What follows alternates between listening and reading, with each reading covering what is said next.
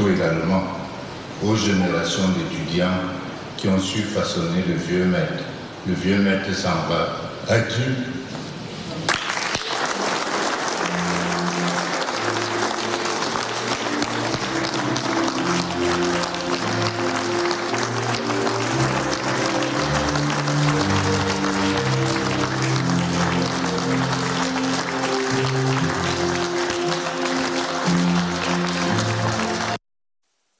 Des prières, des larmes, des bougies allumées. Professeur Joseph Oona n'est pas rentré. Il est parti à Bordeaux il y a quelques semaines. Malade, il a rendu l'âme dans cette ville de la France. C'est par téléphone que le reste de sa famille biologique, les connaissances, ont été informées. J'ai la douleur de vous annoncer le décès du professeur Joseph Oona, qui est mort en cette journée du 6 janvier 2024. La famille Oona Joseph vient de perdre son patriarche, vient de perdre son père, la grande famille Nguinifuda aussi. Ce sont 79 pages d'histoire d'un homme qui se referme. Un homme droit au sens propre comme au sens figuré. Une valeur sûre. C'est une nouvelle qui nous désole, mais notre patriarche et notre père nous a préparés à une telle issue. Nous sommes bien tristes. Maintenant, il s'agira pour nous tous, pour notre communauté, d'organiser les obsèques qui sont à sa mesure. Né le 25 janvier 1945, le professeur Joseph Oona ne pourra pas célébrer ses 79 ans d'existence en 2024. La mort l'a emporté. Madame, Monsieur, bonsoir et bienvenue à cette édition spéciale. Il était une fois Joseph Oona, un maître, un universitaire de renommée internationale, un haut commis de l'État, un homme politique avisé. Il s'en est donc allé ce samedi à Bordeaux en France des suites de maladie. Ce soir, la CRTV, et particulièrement CRTV News, feuillette la vie académique, politique et administrative du premier agrégé camerounais de droit public et de sciences politiques. Un précurseur, un pionnier. Sur le plateau avec moi, Christophe Mienzok, directeur général du Palais des Congrès de Yaoundé et directeur des organes de presse, de l'information et de la propagande du Comité central du Rassemblement démocratique du peuple camerounais. Bonsoir, monsieur le directeur général, et bienvenue. Bonsoir, Lucrèce. Merci pour l'invitation. Également sur ce plateau, le professeur Edgar Abane Ngolo, inspecteur général des services au ministère de l'Enseignement supérieur, professeur titulaire, agrégé de droit public. Bonsoir et bienvenue, professeur. Bonsoir, Lucrèce, et merci également pour l'invitation. Mesdames, Messieurs, refaisons connaissance avec le professeur Joseph Oona, un nom pluriel raconté par Mohamed Nana. La nouvelle a retenti tel un coup de tonnerre, en pleine saison sèche, déchirant les cœurs et renforçant l'étreinte de la douleur. Personne n'imaginait que ce samedi emporterait avec lui l'un des plus illustres fils du Cameroun. Le professeur Joseph Oona, pour de nombreux Camerounais, a été un mentor inspirant. De son vivant, l'homme a marqué de son empreinte les textes constitutifs du Cameroun. Un expert dans son domaine, jamais à bout de souffle lorsqu'il s'agissait de répondre à l'appel de la nation. En témoignent son volumineux CV et ses belles lignes. Une trajectoire écrite en majuscule. Secrétaire général de la présidence de la République de 1992 à 1994. Après avoir occupé les fonctions de secrétaire général adjoint en 1985. Par la suite, le professeur Joseph Oona occupera de nombreuses fonctions ministérielles. Fonctions publiques, contrôle supérieur de l'État, santé, éducation, jeunesse et sport. Sa contribution dans l'affaire Bakassi aura été déterminante. Bakassi, c'est un chef qui a su écouter les conseils. Et ce chef, tout le monde le connaît, c'est le président Paul Biya. Il a su écouter les conseils pour maintenir le Nigeria. Je peux vous citer des télégrammes diplomatiques très fins. Il a su écouter les conseils en acceptant les conseils qui lui disaient de souscrire la clause facultative de compétence obligatoire, c'est-à-dire qui permettait de traîner le Nigeria à la CIJ. Étant donné que le ministre des Affaires étrangères du Nigeria, Okoye Avikpo, en 61, avait souscrit la clause sans réserve, nous nous étions aperçus de cela et nous avions conseillé au président de souscrire la clause et de déposer sa requête. Je crois que l'importance de toute cette affaire part de là. Un touche-à-tout talentueux, aussi bien sur le terrain du droit que sur celui du sport, marquant son passage à la Fédération camerounaise de football sous sa casquette de président du comité de normalisation. Il y imprimera toute sa rigueur, sa lucidité et son intransigeance. C'est vraiment une bonne soirée parce que c'est une soirée de double victoire. Double victoire. Les Lions ont également gagné leur match en Namibie. Je peux vous assurer que la fédération, le comité de normalisation sera derrière vous. Je tiens à vous féliciter pour le match d'aujourd'hui, comme pour les autres matchs. Ça fait beaucoup de plaisir au peuple camerounais et à tous les sportifs camerounais. Une riche et longue expérience consignée en noir et blanc dans ces centaines d'ouvrages. Ce 6 janvier, le membre du Conseil constitutionnel et ancien chevronné quitte la scène. Il aurait eu 79 ans le 25 janvier prochain. À la suite de Mohamed Nana, je propose que nous arrêtions sur l'universitaire tout simplement, l'universitaire de renommée internationale, un universitaire que le Cameroun vient de perdre. Évocation du professeur Adolphe Mikwase, recteur de l'université de Yaoundé 2. Ce 6 janvier 2024 est un bien triste jour pour l'université, qui vient de perdre un de ses maîtres, un savant de renommée internationale. Le professeur Joseph Fowona, qui vient de nous quitter, est le premier Camerounais agrégé de droit public et sciences politiques, titre qu'il obtient en 1977 à seulement 32 ans. Tout au long de sa carrière fructueuse, il a formé plusieurs générations de juristes camerounais et africains, et même au-delà. Mais surtout, il nous laisse une œuvre intellectuelle monumentale, notamment dans son champ disciplinaire de prédilection, le droit constitutionnel. Cette œuvre lui survivra et l'université camerounaise lui rend hommage pour ce travail accompli et nous lui souhaitons une traversée paisible. Professeur, vous avez entendu ces qualificatifs, un maître, un savant, mais également un pionnier, un précurseur. Pourquoi est-il présenté comme ça, comme étant un pionnier, un précurseur? C'est du fait de sa production scientifique, c'est du fait de son apport dans son domaine précis, notamment le droit constitutionnel? Oui, le professeur Joseph Fowona est présenté comme précurseur parce qu'il est le premier. Il est le premier. Et vous avez suivi le recteur Mikwase. Le professeur Joseph Fowona est le premier parce que nous avons la chance de l'avoir connu et de l'avoir eu. Il faut dire qu'il est agrégé à 32 ans, l'agrégation de droit public et de sciences politiques, l'agrégation française. C'est un exploit de l'avoir à cet âge-là. Et il faut dire que c'est un score dont on parle encore à l'université. Mais c'est aussi un pionnier parce que ce dernier a insisté dans cette voie. Il aurait pu prendre la voie longue, qui est celle de passer par les travaux, et il a choisi celle qui est courte mais très éprouvante, la voie de l'agrégation.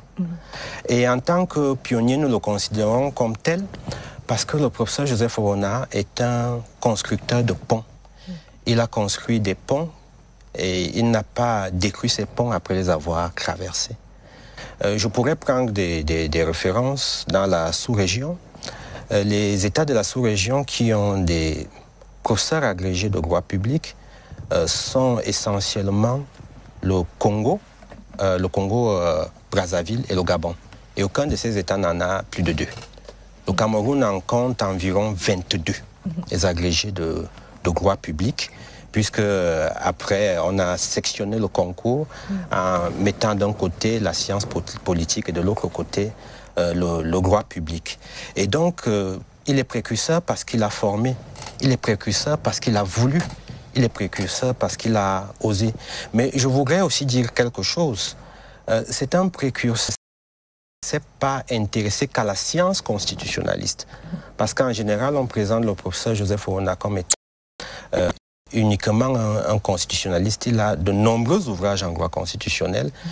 C'était un érudit, il aimait beaucoup le travail, mais c'est un précurseur parce que il a pensé, lorsqu'il a été agrégé, que ce serait un luxe pour un État comme le Cameroun que de se spécialiser uniquement dans une discipline, alors que le droit public, c'est 4 grandes disciplines. Et ce qui fait qu'il s'est aventuré dans la quasi-totalité de ces disciplines, en dehors peut-être des finances publiques. Il a écrit dans toutes ces disciplines pour pouvoir fournir le matériau nécessaire aux générations d'après, afin que ces générations puissent nourrir, construire une université qui aujourd'hui existe, l'université camerounaise. On peut dire qu'en cela, il est véritablement un pionnier.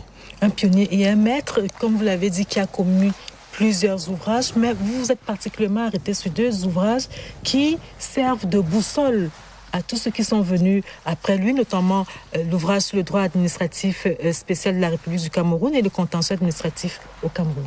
Oui, on peut dire que du point de vue de sa production, il est difficile de trouver un enseignant de notre domaine, le droit public, qui est produit plus, sinon même autant que le professeur Joseph Foona.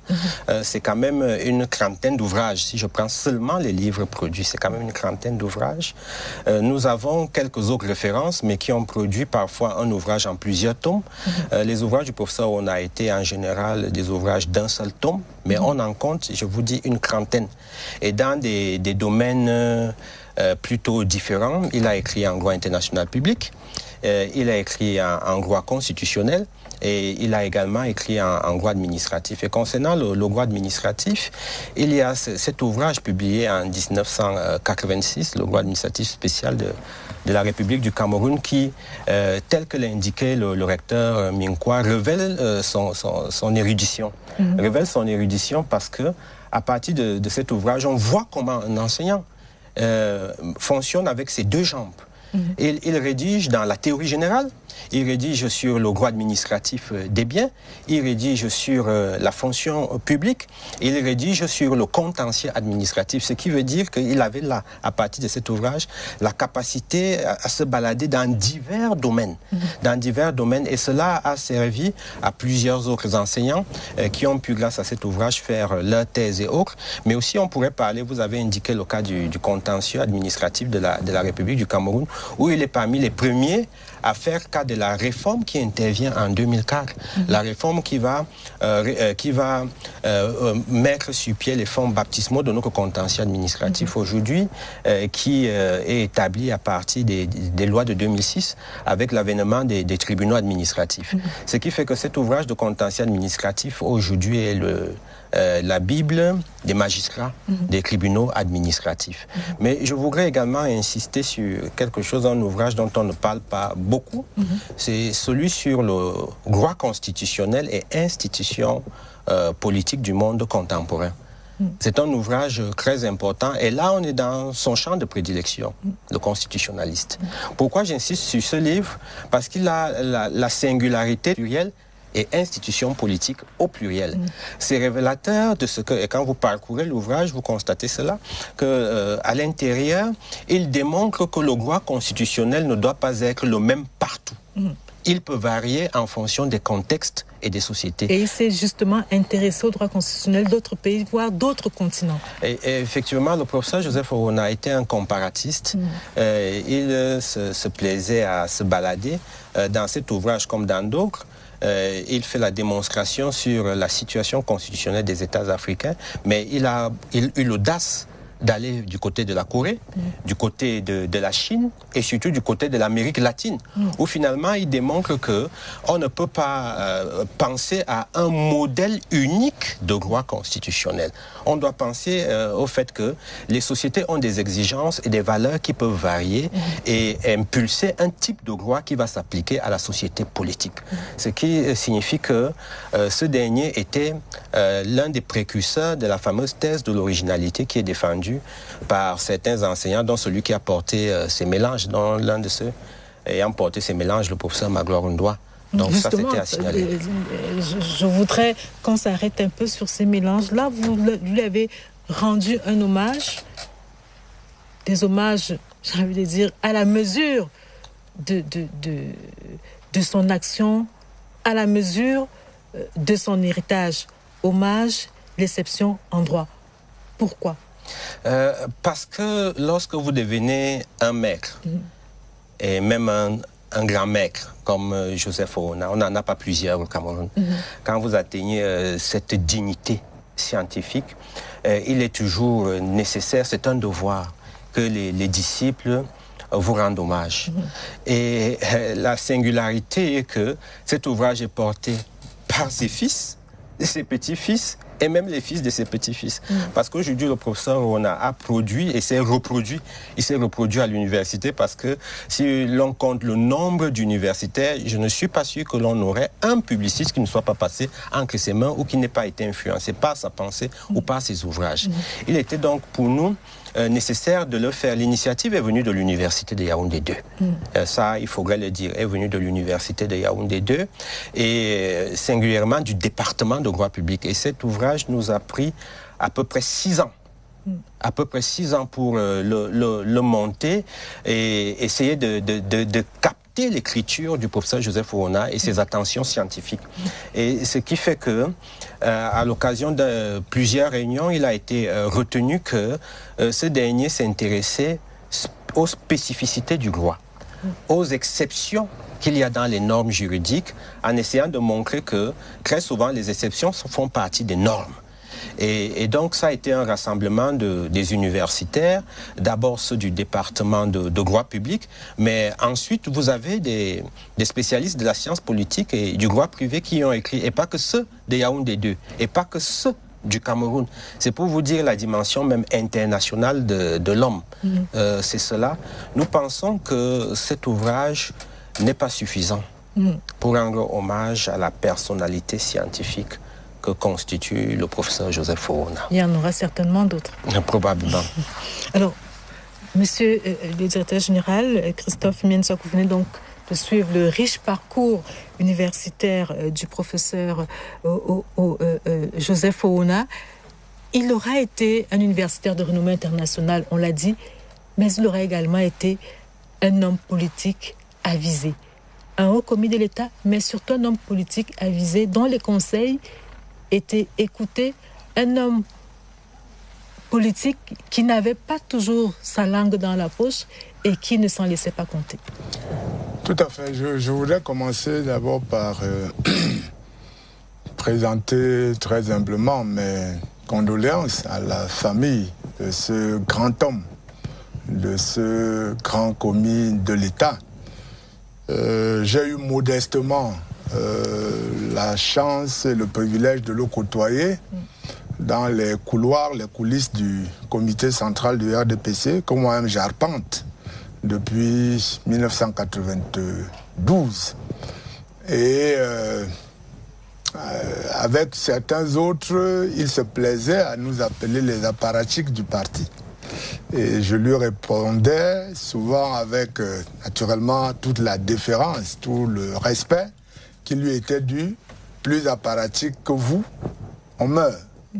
Parce que nous qui sommes vraiment ses enfants, je voyais mal comment on pouvait être des apparatchiks, alors que lui, il est là, dans le sérail, il était là depuis tant d'années. Bamenda, c'est eux qui ont porté le RDPC sur les fonds baptismaux. Et donc quand nous on arrive, en 92, nous sommes tout fiers et surtout émerveillés d'être là aux côtés de ces grands hommes. Effectivement, le professeur Abane vient de bien décrire l'universitaire, le théoricien, mais moi c'est davantage le praticien.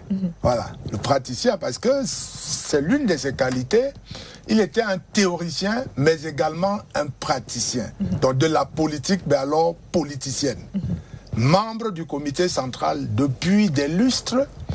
Et autant je n'aurais peut-être pas, je ne serais pas plus à l'aise pour parler de lui sur le terrain, dans son fief de l'océan, où il a effectivement fait de la politique, il a battu campagne pour le RDPC, pour toutes les échéances, mais autant je serais plus à l'aise de parler de celui que moi j'ai vu dans les instances nationales du parti. Voilà. Il aurait été les congrès 95, 96, 2001, 2006, 2011. Voilà. Le professeur Ouna, c'était les piliers du parti. Voilà. Donc quand on constituait la commission de politique générale, qui est le saint des saints d'un congrès du parti, vous saviez que parmi les 30 membres là, il y avait des inévitables, des incontournables, et il en faisait partie. Vous avez dit tout à l'heure, il n'avait pas sa langue dans la poche. Autant ses conseils étaient recherchés, mais étaient également redoutés. Il était craint? On peut le dire, oui. Il était craint parce qu'en fait, le parti, le congrès est une machine, est une espèce de représentation où chacun connaît un peu à l'avance le rôle qu'il a à jouer. Et quand une personnalité de l'envergure du professeur Ouna arrive, en réalité, il ne veut pas il n'entend pas que ce soit une espèce de dictée préparée. Voilà. Que ce soit du dictée préparée. Donc, les textes qui sont soumis à l'examen des membres de la commission de politique générale, il trouvait presque toujours hardi. Il avait tendance à mettre les pieds dans les plats. Et voilà, à mettre les pieds dans les plats et surtout à aller plus loin, contrairement à ce qu'on peut penser. Parce que j'avais tendance à le taquiner. Quand il m'appelait apparatchik, je lui disais, bon, vous êtes les caciques. Il me disait, bon, vous savez, cacique, pas vraiment. Curieusement, c'était un homme, sur le plan politique, contrairement à ce que l'opinion publique a tendance à retenir de lui, c'était un progressiste. C'était un progressiste. C'est-à-dire que les textes qui étaient soumis, le professeur Ouna cherchait à les amender, à les améliorer. Et ce n'était pas toujours dans le sens de verrouiller.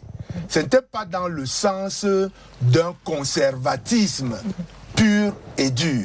Mais c'était dans le sens du progrès, de l'amélioration.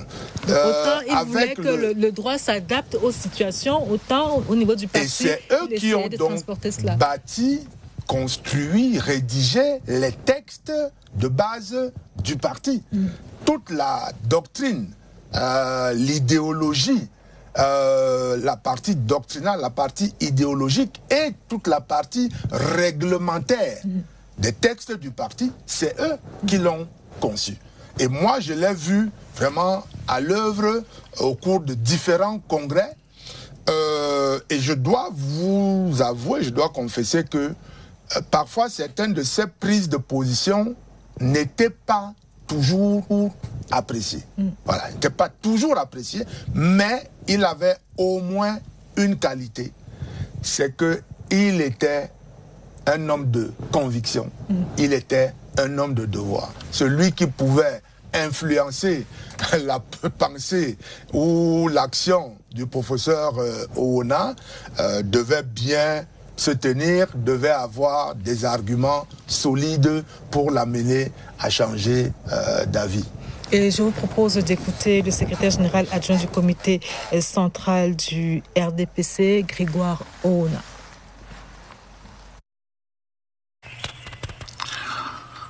Le professeur Joseph Oona a été un de nos aînés les plus respectés, l'un des plus charismatiques, et après tout son long cheminement tant à l'université que dans divers ministères, il aura été un militant très convaincu, très convaincant du RDPC pendant de longues années, jusqu'à son entrée au Conseil constitutionnel en 2020, où il quitte le RDPC ayant atteint déjà le niveau de membre du comité central. Il aura fait partie de tous les congrès du RDPC, où il a souvent travaillé à des niveaux très élevés, y compris au secrétariat. Il aura fait de longues missions et d'importantes missions du parti à travers pratiquement toutes les régions. Le secrétariat général, le président national lui auront confié parfois des missions très délicates qu'il a menées à bien. Ça aurait été vraiment une perte. C'est une grande perte lorsqu'il s'en va en 2020 et c'est une grande perte pour le Cameroun. Le professeur Joseph Oona, que j'ai par ailleurs connu au titre de la famille, parce que nous sommes originaires, lui de Mvengue et moi de Ngomjab, deux communes limitrophes. Et jusqu'à mon adolescence, lui qui était un très grand ami à un de mes frères aînés, je l'ai toujours pris pour un aîné. Il m'a traité comme tel, comme un petit frère, et il aura été d'un apport important pour de nombreux jeunes de notre génération et même d'après. Christophe Mienzok, parlons encore de cet homme politique. Quelle aura été sa marque, son impact dans la vie du parti? Vous avez dit tout à l'heure que c'était un praticien sur le terrain. Quelle aura été sa marque? Le professeur Oona, c'était, on vient de l'entendre là, de la bouche de M. Grégoire Oona, c'était un militant convaincu et convaincant. Je l'ai dit, un pilier. Je m'amusais à dire un peu que c'était également un grognard, mais dans le sens vraiment noble du terme. C'est-à-dire que quelqu'un qui ne se laissait pas marcher sur les pieds. Voilà. Et le RDPC a eu besoin des militants de cette trempe-là, de cette trame-là, lorsque le RDPC a vacillé. En 1992, en 1990, 91, 92, ils n'étaient pas nombreux qui exprimaient leur militantisme. Et le professeur Joseph Oona était parmi ceux-là. Ça lui a valu, et je dis à tort, une réputation. Parce que vous allez constater, autant à l'université, il fait, je dirais, l'unanimité, autant sur le plan politique, on a tendance à lui coller des étiquettes, mais qui ne sont pas vérifiées, qui ne sont pas justifiées. Et je crois que ces étiquettes viennent davantage de ceux-là, justement, qui pensaient que et le président Paul Biya, et le RDPC, et le Renouveau n'auraient pas suffisamment de défenseurs, et que le régime était prêt à tomber. Et ceux qui ont empêché justement que le régime tombe, c'était les personnalités de la trempe du professeur Joseph Oona. Donc, si vous voulez que je dise, c'est un pilier, c'est une poutre qui a soutenu le parti, aussi bien au niveau national que dans son département et dans la région du Sud et dans tout le pays en général. Parce que à une époque, effectivement, c'est des militants qui n'appartenaient plus à une région, à un département, mais qui avaient, de par leur envergure nationale, vocation à aller porter la parole du président, la parole du RDPC, au-delà de leur terroir, au-delà de leur fief. Et à ce titre-là, on a parlé tantôt de missions délicates. Effectivement, de missions délicates qu'il a dû mener. Et donc, le RDPC doit beaucoup à un militant de la première heure comme Joseph Oona, parce que il a su entraîner,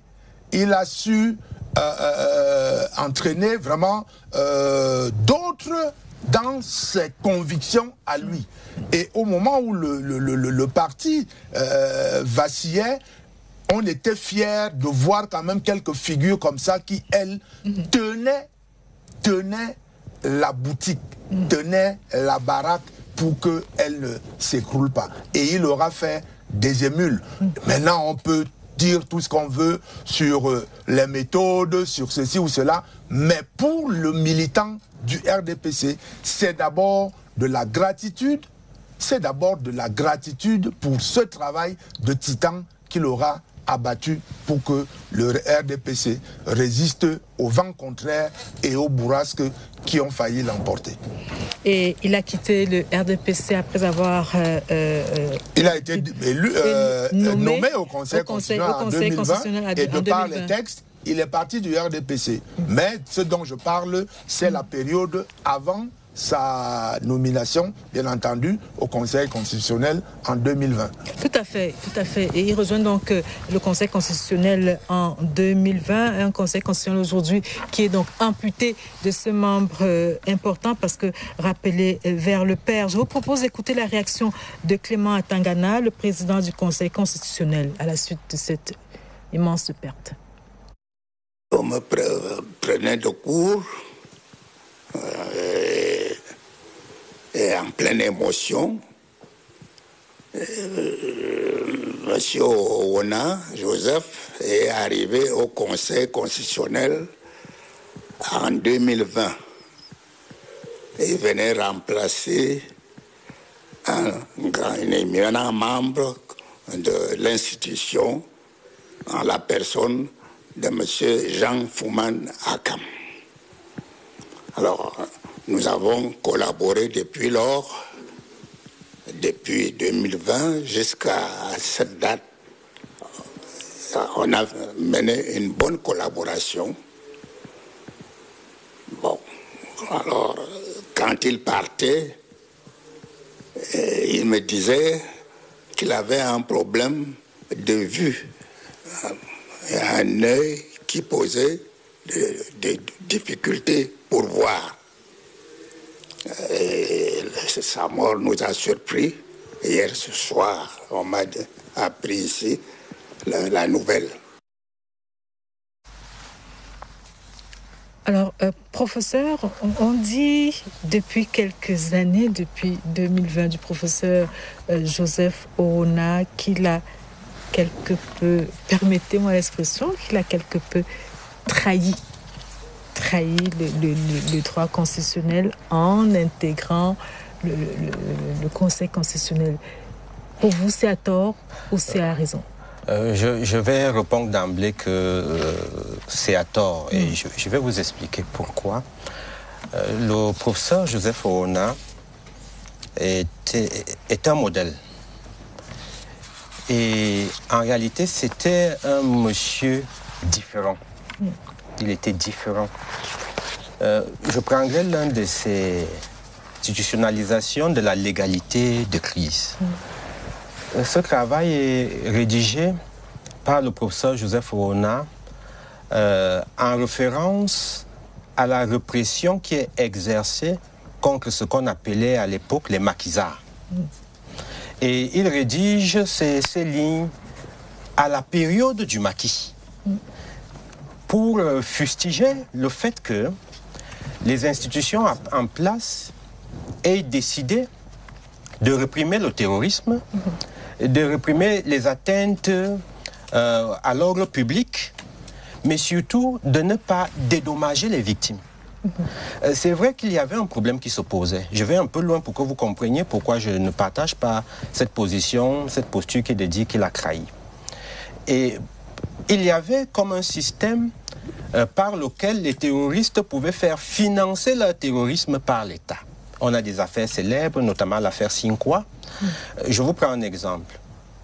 On s'arrange à brûler votre maison. Et l'État doit vous dédommager, mais c'est un arrangement. Et quand l'État vous dédommage, vous nous reversez une quote-part, et donc l'État indirectement est en train de financer le terrorisme. Il y a eu donc comme cela des mesures qui ont été prises, et les victimes de ces actes, de ceux qui étaient considérés comme des maquisards, des indépendantistes, et même après l'indépendance, étaient des actes qui ne faisaient pas l'objet d'indemnisation. Mais le professeur Joseph Orona pensait qu'il y a quand même des victimes. Il y a quand même des victimes, c'est une atteinte au droit.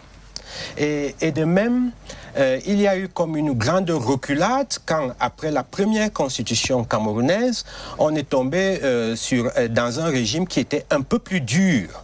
Il systématise cela dans un écrit durant une période difficile. C'est dire qu'il n'était pas un suiveur. C'est pour cela que je parle de modèle. Et il serait surprenant que ce monsieur, qui avait cette plume libre en sciences, ait changé dans ses pratiques. Vous voulez dire qu'il est resté objectif jusqu'au bout, même en siégeant au sein du Conseil constitutionnel? Le professeur Joseph Orona enseignait le devoir d'ingratitude. Il enseignait le devoir d'ingratitude qui est l'une des marques des juges constitutionnels nord-américains. Il faut le dire que pour ce juge constitutionnel qui est nommé, comme celui camerounais, il n'est pas élu. Parce que même ceux qui disent l'élection, c'est la bonne méthode, ne savent pas que l'électeur est en réalité l'otage de ceux qui l'ont élu. Ceux-là sont nommés et ils ont toujours cette tendance à démontrer leur indépendance. Et c'est ce qu'on appelle le devoir d'ingratitude que le professeur Joseph Orona enseignait. Il n'est pas d'indice qui démontre que de 2020 jusqu'à sa disparition, ce dernier ait posé un acte qui aurait remis en cause son indépendance, ou plutôt sa séparation d'avec le parti dont il a participé à la mise en œuvre qui était le RDPC. C'est pour cela que nous souhaiterions bien que ceux qui ont des éléments à charge les présentent. Mais sur le plan scientifique, nous n'en avons pas. Sur le plan des faits, nous n'en avons pas. Nous avons plutôt l'impression que c'était un fidèle serviteur de la Constitution, c'est-à-dire de la liberté, de la garantie des droits. Alors, il est également présenté comme le père ou l'un des pères de la Constitution de 1996. Vous le confirmez? J'aurais davantage tendance à pencher vers le second mouvement de ce que vous avez dit, l'un des pères. Parce qu'effectivement, il participe à la tripartite, qui est ce grand moment d'élaboration du texte constitutionnel en 1991, où on a l'opposition, les autorités publiques, la société civile, il y participe. Et donc forcément, du fait de sa posture de juriste publiciste, du fait de sa position même de constitutionnaliste et de son expérience, ce monsieur a quand même, je l'ai dit, navigué entre plusieurs ordres normatifs. Il avait donc le contenu nécessaire pour impulser ou pour être parmi ceux qui ont impulsé une réforme constitutionnelle. Donc on devrait affirmer que cette tripartite ayant servi de constituante et lui ayant fait partie de cette tripartite, il a forcément influencé cette œuvre. Et il faut dire que cette constitution demeure celle en vigueur. Donc c'est parmi ceux qui ont participé à la fabrication du texte constitutionnel en vigueur. Donc parlant justement de cette constitution de 1996, Christophe Mienzok, c'est aussi grâce au professeur Joseph Orona qu'on décante la situation lors du grand dialogue en 2019, lorsque une certaine opinion ou certains participants à ce grand dialogue freinent des quatre fers en disant vraiment c'est la division, c'est chacun qui doit aller de son côté. Et le professeur Joseph Fowona dit, mais non, dans la Constitution, il y a déjà des éléments de réponse pour que nous continuions à vivre ensemble, mais en tenant compte des spécificités de certaines régions du pays. C'était bien cela, vous étiez témoin. Tout à fait. Avant d'ailleurs cet épisode du Grand Dialogue National en 2019, après donc la tripartite de 91, on mettra en place le comité consultatif constitutionnel, dont il sera l'une des chevilles ouvrières. L'une des chevilles ouvrières, et qui aboutira donc en 94, je crois, déjà à ce qu'on appelait le large débat. Le large débat. Et puis donc, la crise des régions du nord-ouest et du sud-ouest s'invite dans l'actualité camerounaise à partir de 2016. Et le président de la République, pour trancher, décide de convoquer donc le grand dialogue national. Et l'une des commissions qui est mise en place, c'est la commission en charge de la décentralisation. Bon, je m'y intéresse parce que j'ai été maire et je vais assister vraiment aux travaux de cette commission. Et donc, quand les débats sont lancés, les thèses s'affrontent, chacun y va de son plaidoyer, de sa proposition et tout. Et c'est lui qui a une fine connaissance des institutions de notre pays en tant que théoricien d'abord, mais également en tant que praticien. C'est lui, l'image que j'avais ce jour-là, c'était, vous voyez, un peu comme le prestidigitateur qui sort un lapin de sa poche, voilà, comme après avoir hypnotisé la salle et qui vous sort une solution à laquelle, mais qui est pourtant devant vous, mais que vous ne voyez pas. Et c'est lui qui dira que tout ce qu'on fait là est déjà prévu, tout ce qu'on cherche est déjà prévu dans la Constitution. Et il rappelle donc, je crois que le professeur Abané est mieux placé que moi pour rappeler peut-être la disposition de l'article de la Constitution sur les régions à régime spécial.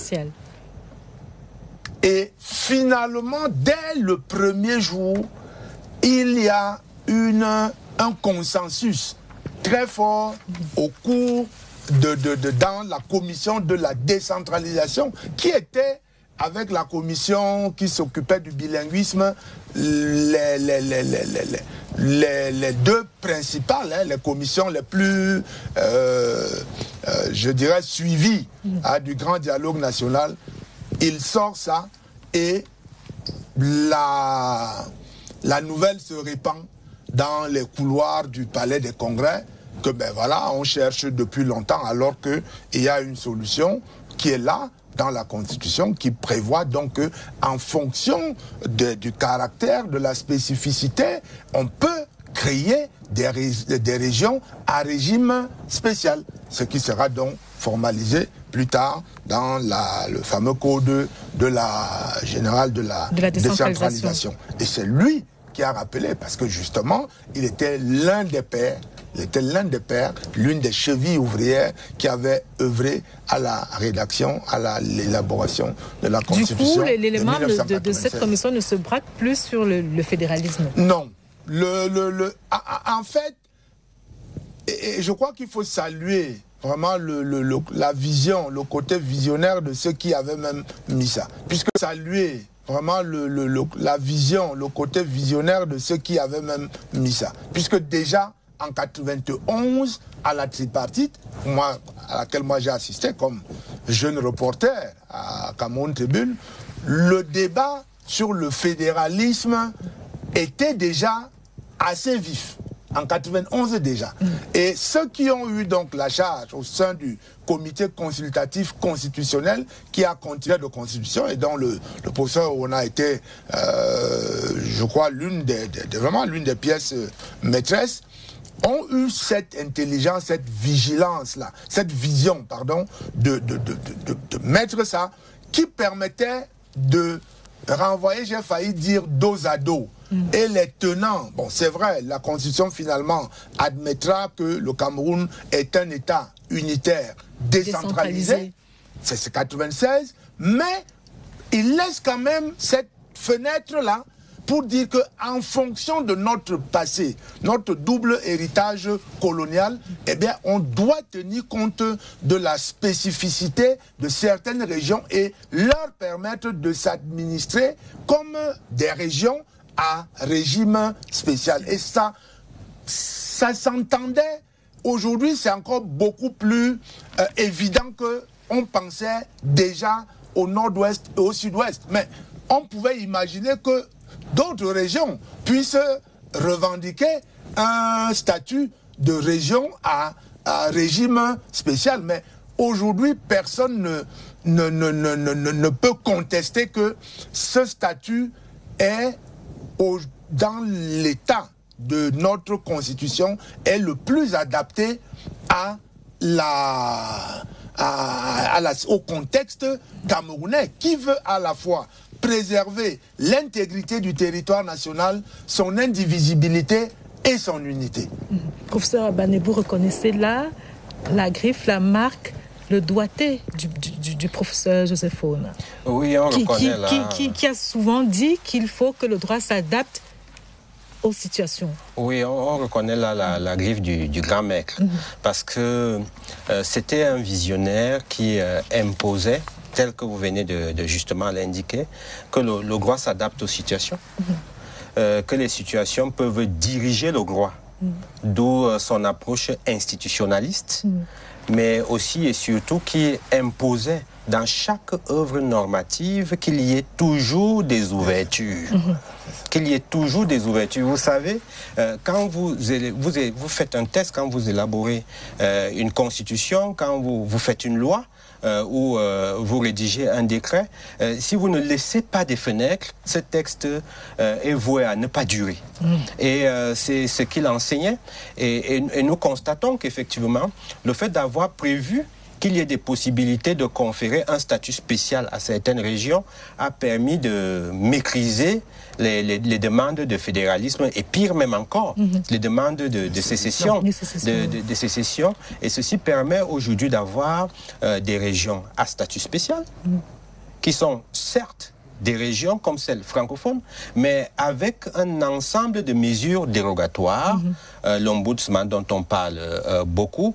En dehors de cela, vous avez une forme de bicaméralisme qui existe, l'imposition d'un sous-système anglophone au niveau de l'éducation, l'imposition que ces régions soient toujours consultées lorsqu'il y a des grandes réformes, notamment en matière d'éducation, la possibilité de créer des organismes de développement qui sont conférés à ces régions. C'est véritablement un grand pouvoir qui est accordé là, et il fallait que ce soit la Constitution qui le permette. Et la Constitution l'a permis à partir de cette ouverture. Donc on doit dire que les rédacteurs dont il fait partie et ceux qui ont voté le texte constitutionnel ont été des visionnaires, et donc ce sont des facteurs de paix. Ce sont des facteurs de paix. Il est parmi ces artisans de la paix que nous avons aujourd'hui, de la paix que nous avons aujourd'hui au Cameroun et qui se construit chaque jour. Le Rassemblement démocratique du peuple camerounais, vous l'avez dit, perdons de ses militants, un militant qui a su imprimer ses marques également dans la région du Sud et principalement dans le département de l'Océan. Nous allons écouter Jules Doré Ndongo, le ministre Jules Doré Ndongo, qui a été le camarade et le frère d'armes du professeur Joseph Foona. Joseph Foona, qui a été, comme tout le monde le sait, le chef politique, le représentant du comité central du RDPC dans le département de l'Océan, membre du comité central de ce parti, militant du RDPC. Au plan politique, je l'ai vu à l'œuvre puisque j'étais à ses côtés en ma qualité de chargé de mission numéro 1. Entre les scrutins électoraux, entre deux scrutins, le ministre veillait à ce que les sections se déploient et apportait l'encadrement nécessaire à l'accomplissement des activités, à la tenue des conférences. À l'occasion des scrutins, il dirigeait la commission départementale de campagne, il désignait les membres et les chargés de mission. Et c'est ainsi que nous avons été sur le terrain, à ses côtés, à toutes les campagnes, jusqu'à ce qu'il quitte cette position de délégué du comité central, de représentant, de président de la commission départementale de campagne. Pour ce qui est du travail politique, c'était un homme particulièrement méticuleux et organisé. Nous commencions par une réunion préparatoire à laquelle assistaient les élites.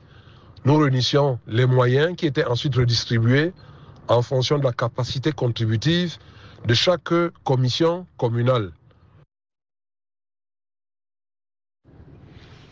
Nous avions généralement 2 semaines pour gérer la campagne électorale, pour faire le tour du territoire, passer les messages du comité central. Il y avait une profession de foi, mais il savait adapter à chaque commune ce message et prendre en compte les particularités de terrain, dont le message d'Acom 2 n'était pas forcément celui de Campo.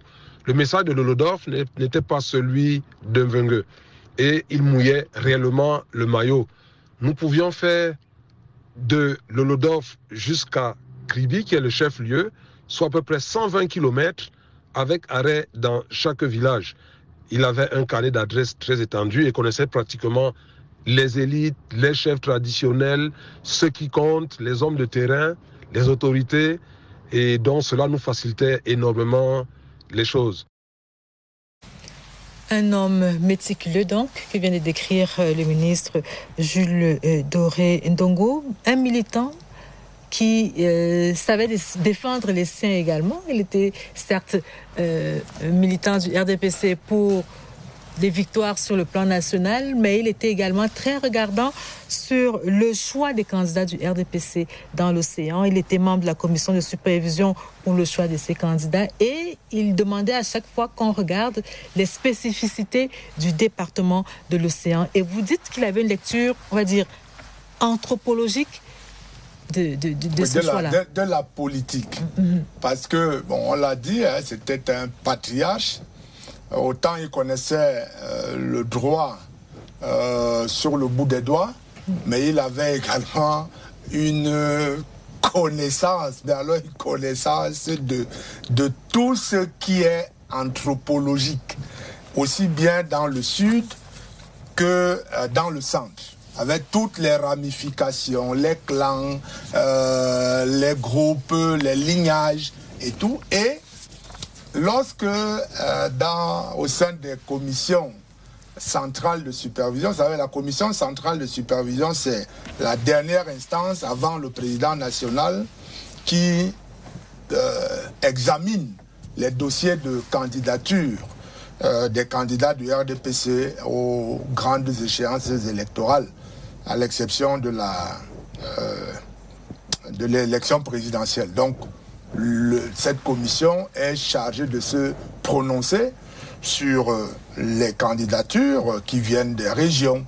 Alors quand on arrivait au sud et au centre en particulier, on sentait vraiment le patriarche, le chef, allait dire même le traditionnaliste, qui connaissait sur le bout des doigts les clans, les sous-clans, et veillait à une répartition équitable,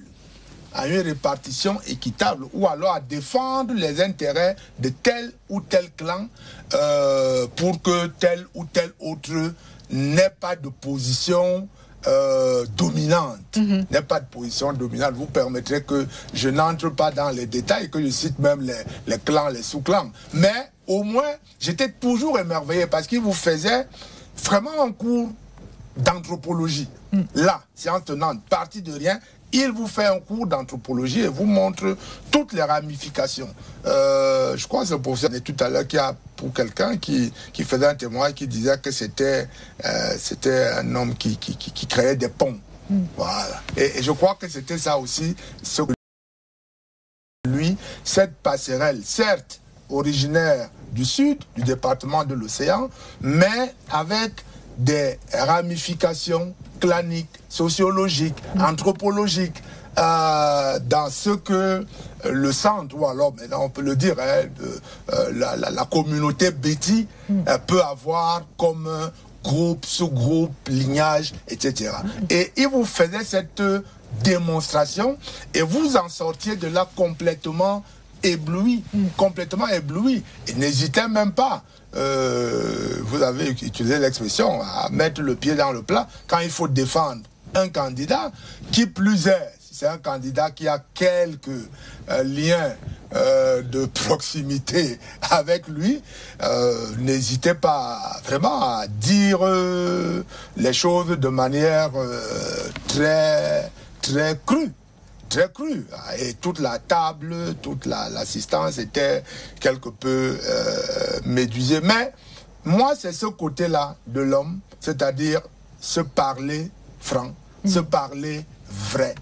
C'est-à-dire qu'il restait lui-même, qui ne se laissait pas intimider, ne se laissait pas impressionner, et qui n'avait pas...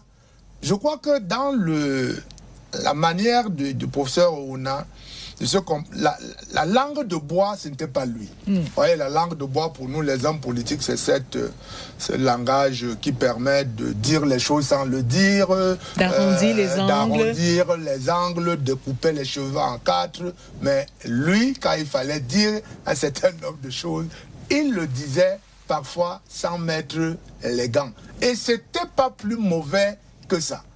Donc, cette attitude sans hypocrisie et qui permet donc à tout le monde de comprendre la réalité d'un problème et de prendre les décisions qui conviennent et de choisir donc, puisque je parlais des commissions de supervision chargées de désigner les candidats et de prendre les bonnes décisions et de choisir les bons candidats parce que vous avez des éléments de première main qui n'apparaissent pas dans les dossiers. Qui n'apparaissent pas dans les dossiers. C'est cette connaissance intime là du vivier, voilà, du vivier politique d'une région bien donnée qui vous permet donc de prendre des bonnes décisions. Et vous savez qu'une fois que ce débat a eu lieu et que ces personnes sont choisies en tenant compte des différents critères, des différentes réserves émises, vous savez que ce choix-là va emporter l'adhésion des électeurs sur le terrain.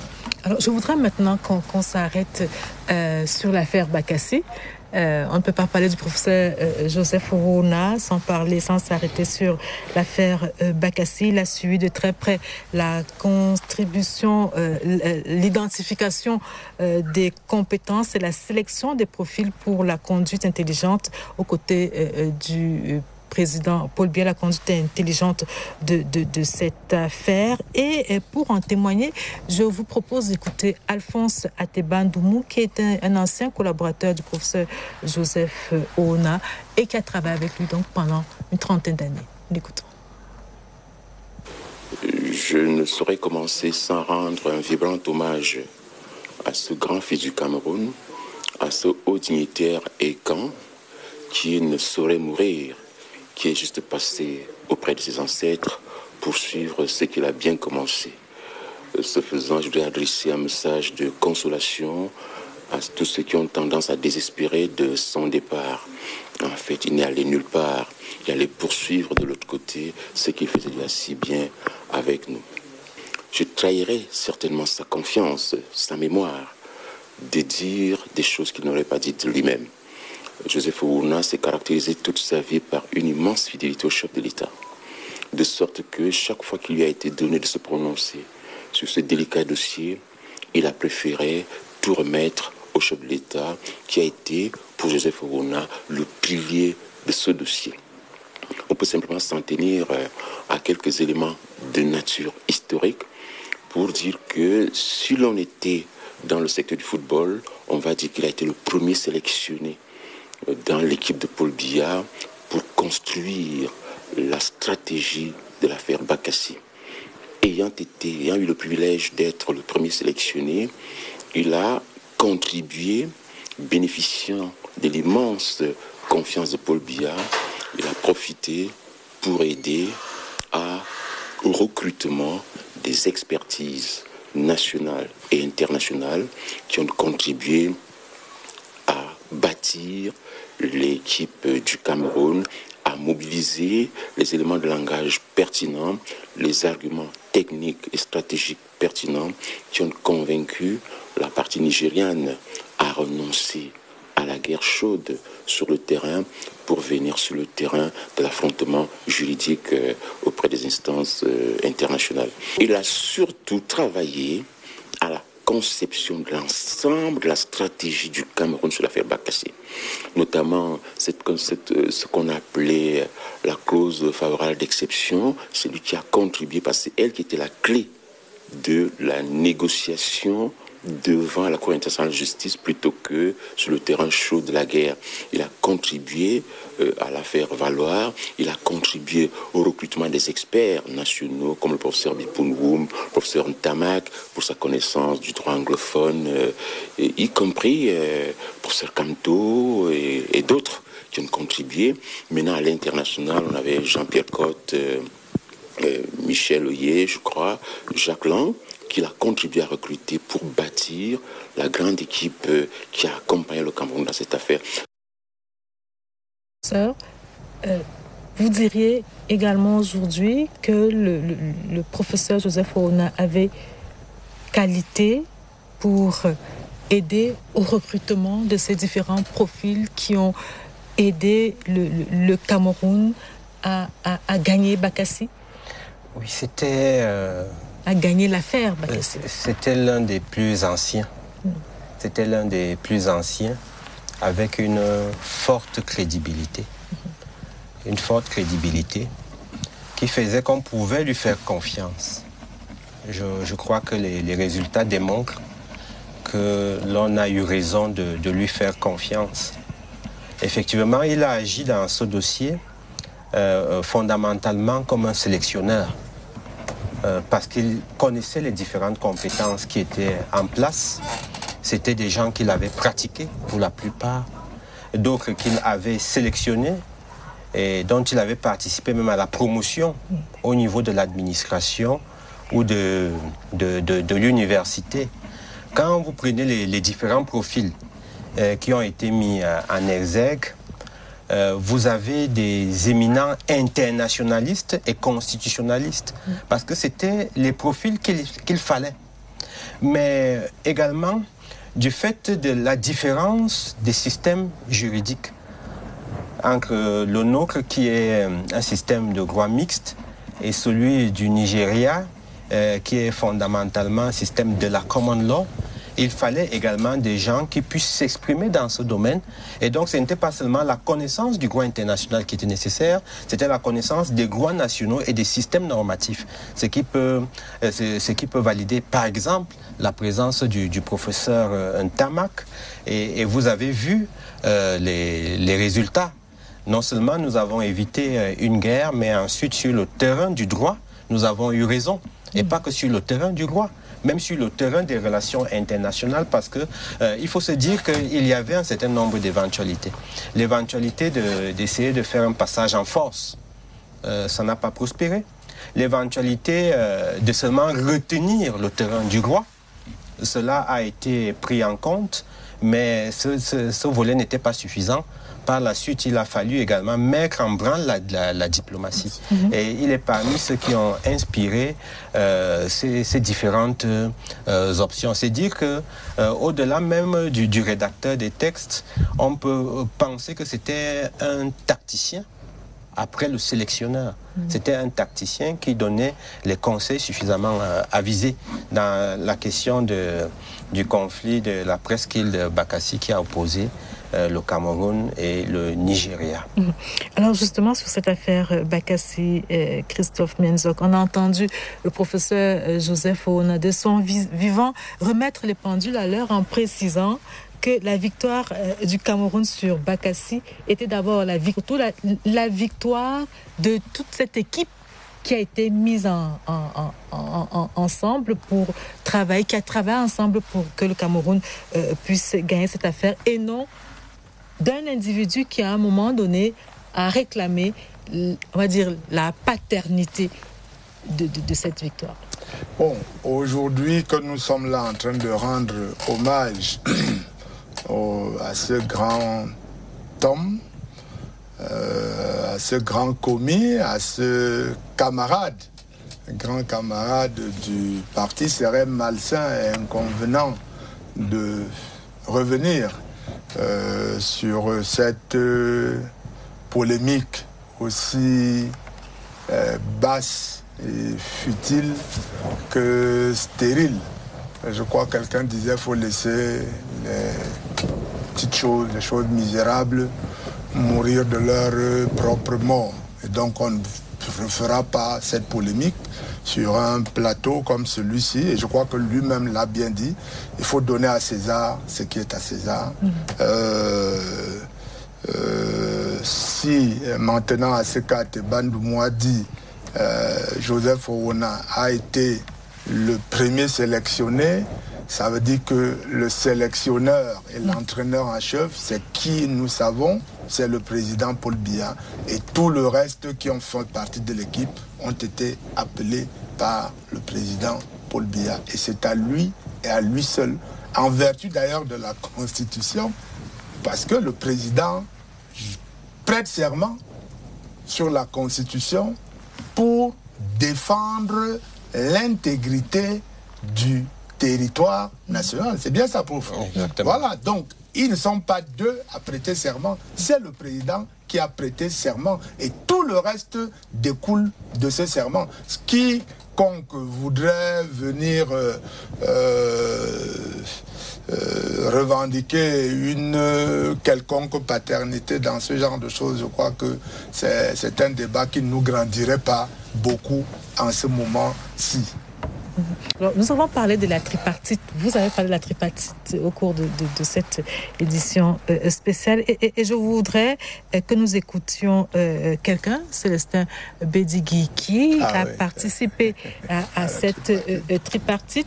Une tripartite dans laquelle le professeur Joseph Owona a également joué un rôle essentiel. Le pays était paralysé depuis 7 mois par les villes mortes. Il y avait 2 voies qui pouvaient être prises, celle-là qui devait finalement se traduire par pratiquement l'effondrement du pays, et puis celle-là qui devait permettre que les gens se remettent en place et remettent le pays en marche. Et là-dessus, le professeur Owona a joué un rôle essentiel, au sens où, lorsque nous sommes retrouvés à la tripartite, après un jour de travaux, il y a eu un blocage sur ce qu'on appelle l'opposition radicale, a claqué la porte, ils sont partis. Il fallait qu'on trouve un moyen de les ramener dans le jeu, et pour cela, mettre en place un dispositif qui permettait que le dialogue souverain. Mais le principe était qu'elles seront adoptées, validées par l'Assemblée nationale. Ça, c'était la première étape. Et la deuxième étape qui s'est jouée sur le coup, c'était qu'il a accepté un compromis. Il a accepté un compromis que oui, nous laissons le régime en place, contrairement à l'exigence. Maintenant, on trouve un terrain d'entente. Le régime reste, mais on va plutôt limiter le nombre de mandats présidentiels au lieu qu'on soit dans une période d'un nombre de mandats illimité. On va ramener le nombre de mandats, limiter le nombre de mandats à 2 et la durée du mandat va passer de 7 ans à 5 ans.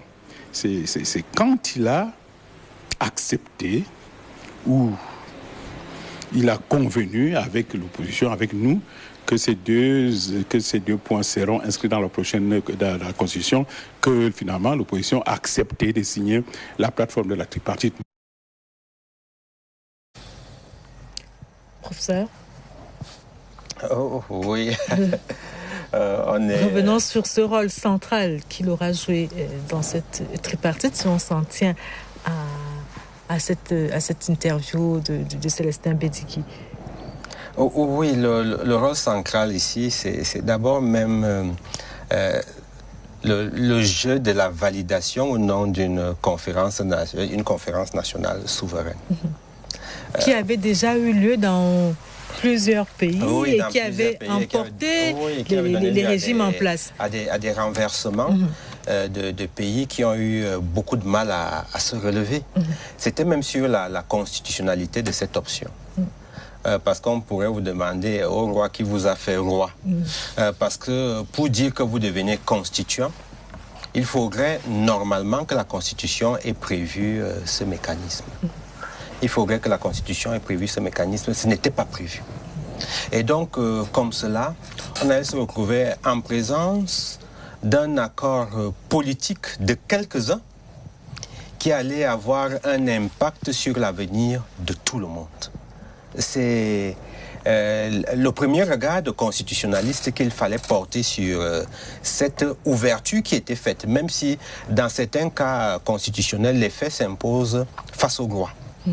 Donc nous avons ceci. Mais également, cette évolution vers la constitution d'un État qu'on a qualifié à ce moment d'État de droit. C'était l'État de droit par consensus. Le consensus était lequel? Celui de conférer un mandat, mais un mandat qui était renouvelable avec un blocage du nombre de renouvellements. Et ceci a aplani les divergences. Donc c'était véritablement une solution pacifique. Mais maintenant, on pourrait se poser une question, et c'est peut-être pour cela qu'il y a eu une modification en 2008. Déjà, le peuple d'un instant ne peut pas tenir le peuple d'après. C'est la première chose. Et en second lieu, qu'est-ce qui peut empêcher à un peuple de dire nous allons élire un monsieur pour 5 ans, le quinquennat, 7 ans, septennat, et au bout de cette période, c'est-à-dire de ce mandat, nous voulons avoir le loisir de le réélire ou non. Quelle est la voie la plus démocratique que de permettre à ce peuple de choisir de le réélire ou non, ou plutôt d'empêcher à ce peuple d'avoir le droit de le réélire.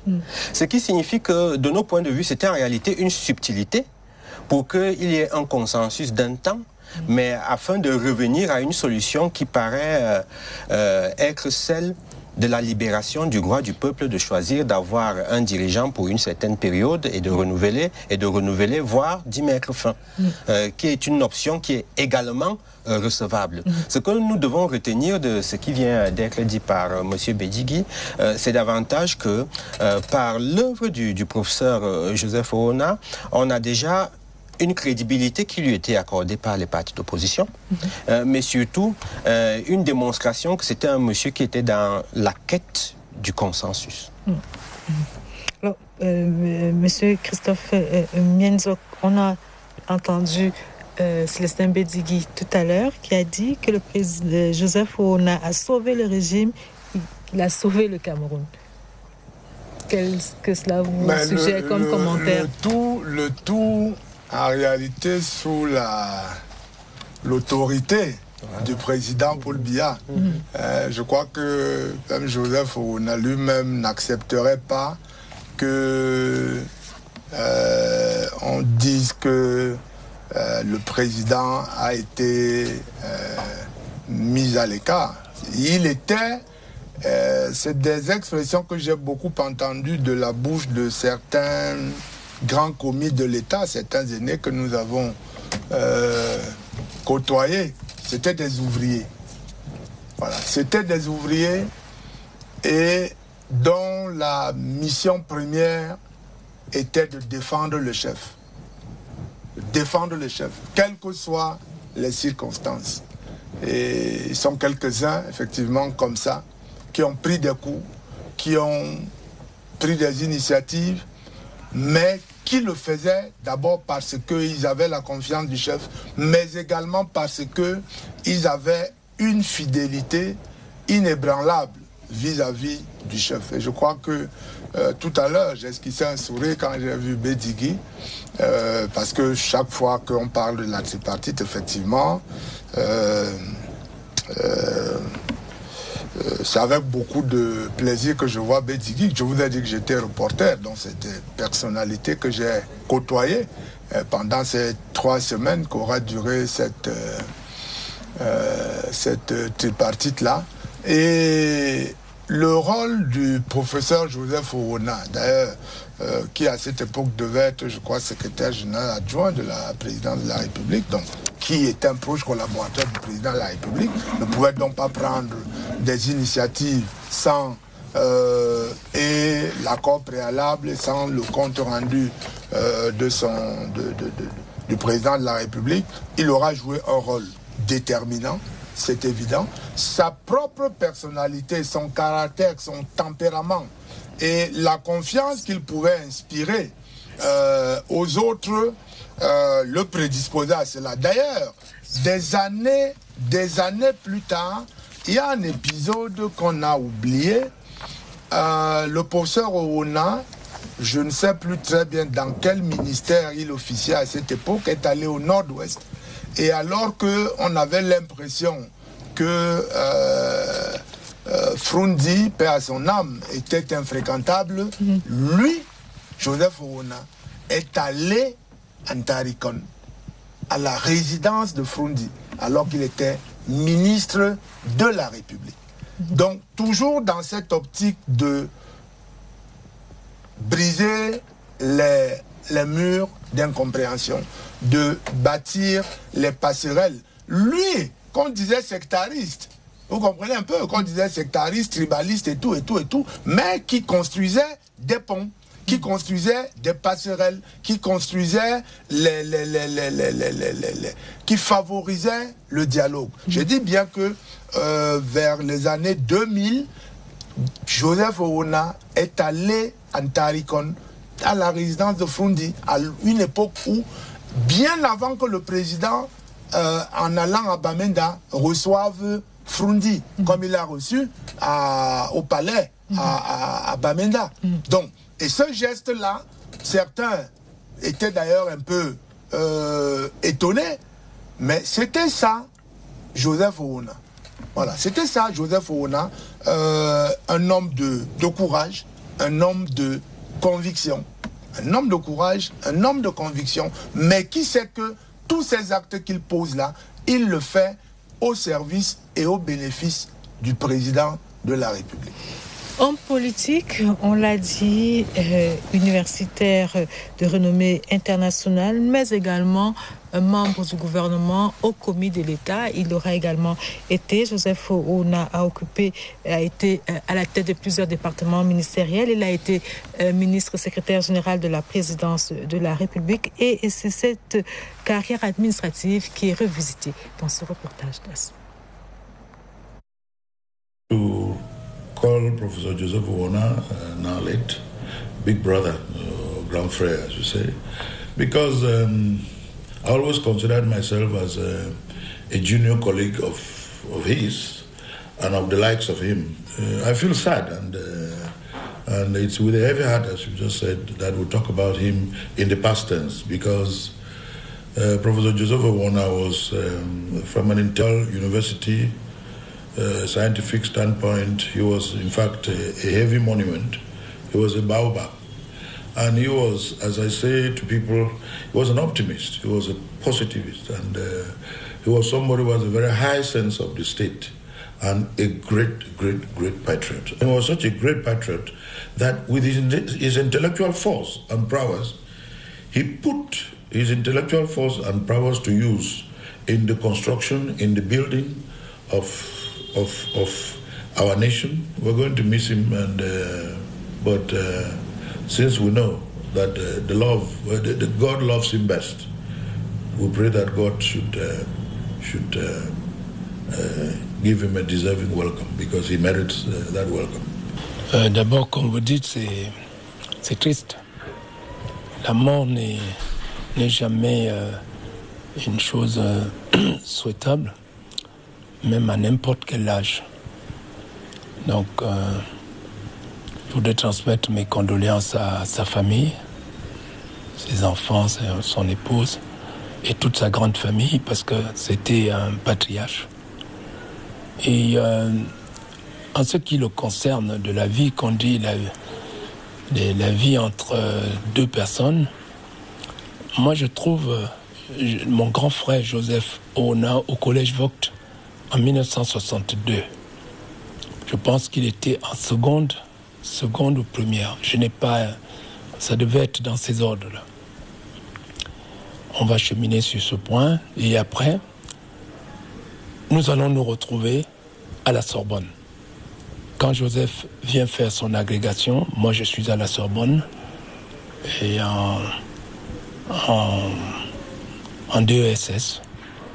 Et on se rencontre, on se retrouve à la bibliothèque et ensuite, bien sûr, sur le plan professionnel et bien sûr politique, puisque il a eu une carrière extraordinaire, une carrière des plus rêvées. Je pense que sur ce point-là, sa vie a été totalement remplie.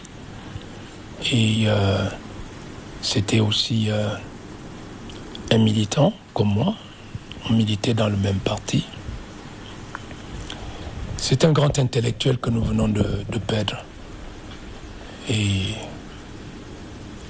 maintenant qu'il n'est plus, ce qu'il faut souhaiter, c'est que son âme repose en paix. Nous venons donc là d'écouter les témoignages du ministre Elvis Ngolé et de Camille Mouté Abidias, directeur général du FNE, qui a lui également bien connu le professeur Joseph Ona. Le professeur Joseph Ona qui a également marqué le monde sportif, le mouvement sportif au Cameroun.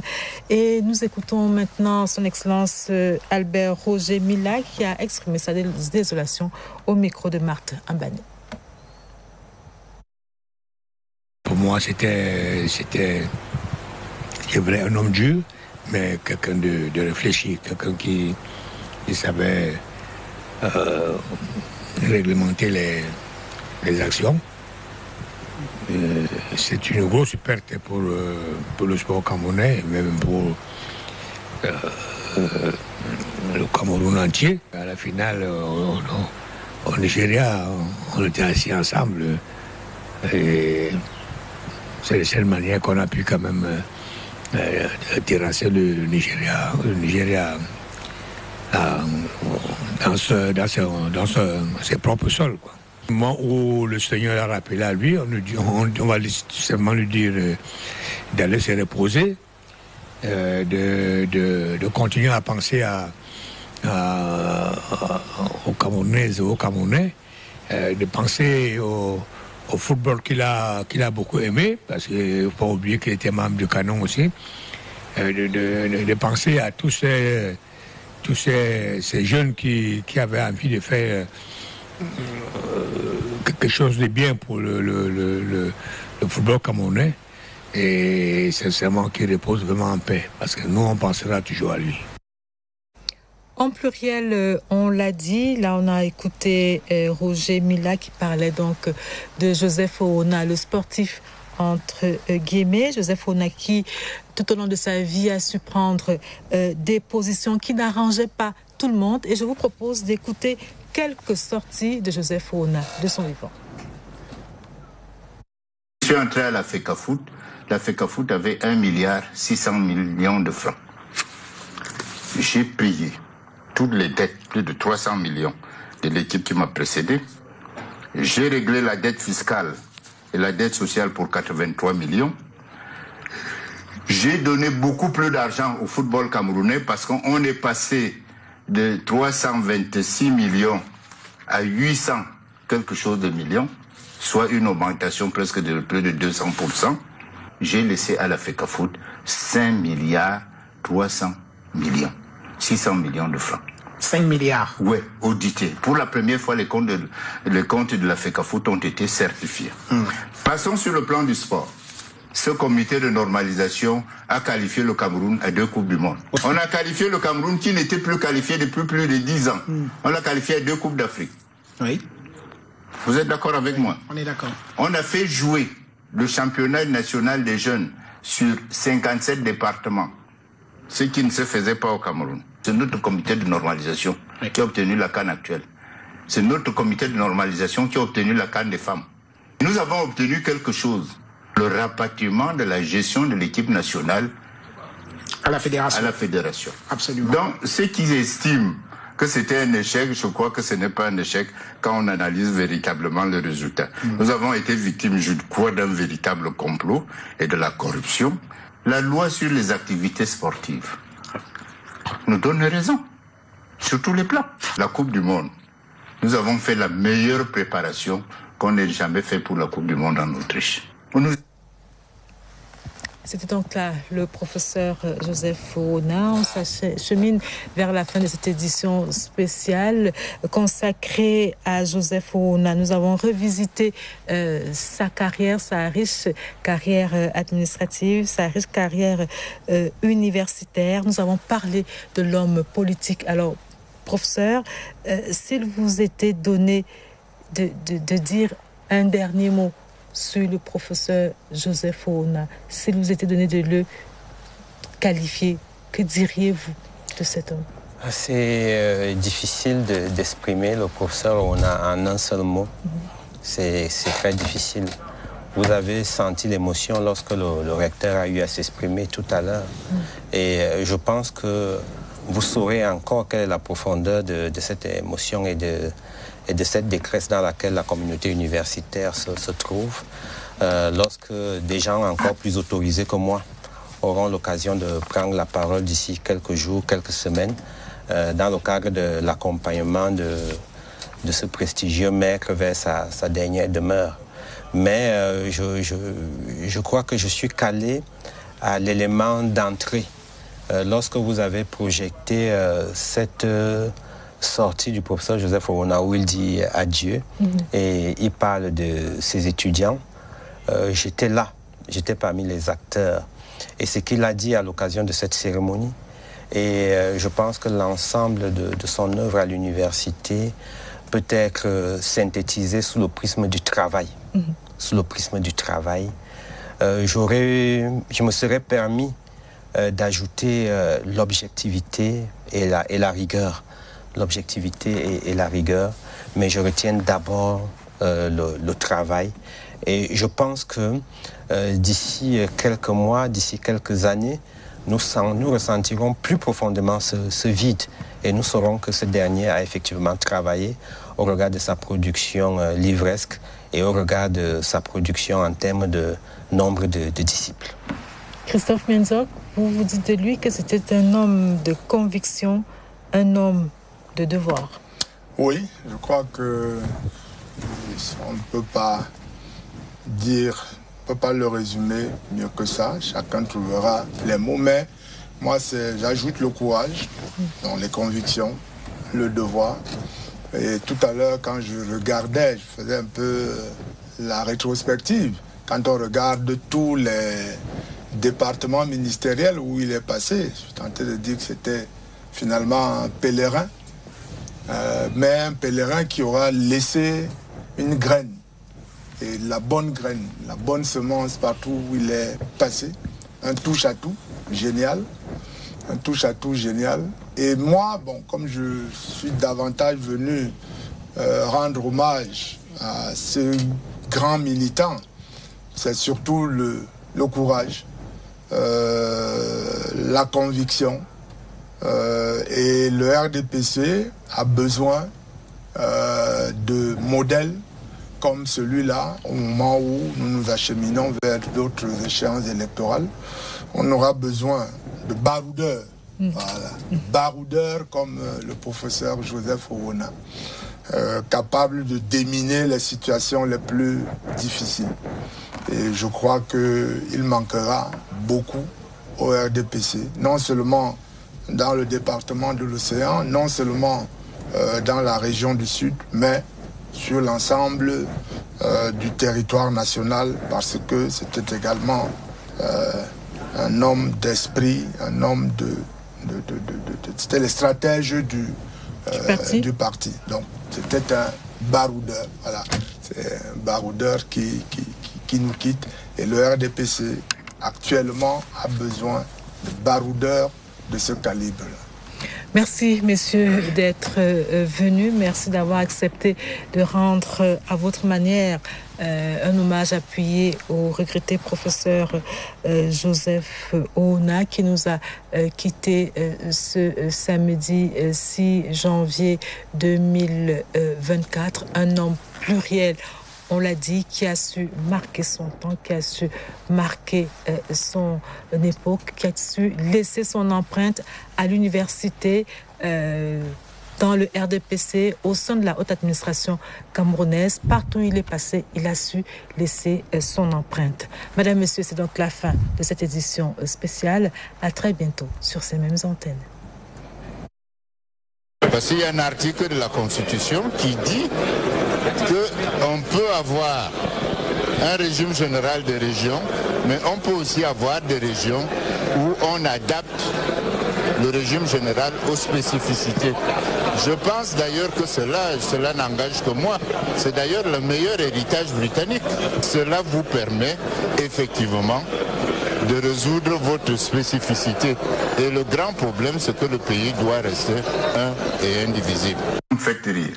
Vous connaissez un conseil constitutionnel qui n'a pas des affinités politiques? L'incompatibilité n'est née qu'au moment de la nomination. Dès que vous êtes nommé membre du Conseil constitutionnel, s'il y a une incompatibilité, vous avez un temps pour régler le problème. Ces personnes n'ont que leur conscience et la Constitution pour juger les contentieux qui se posent. Partout également aux générations d'étudiants qui ont su façonner le vieux maître. Le vieux maître s'en va. As-tu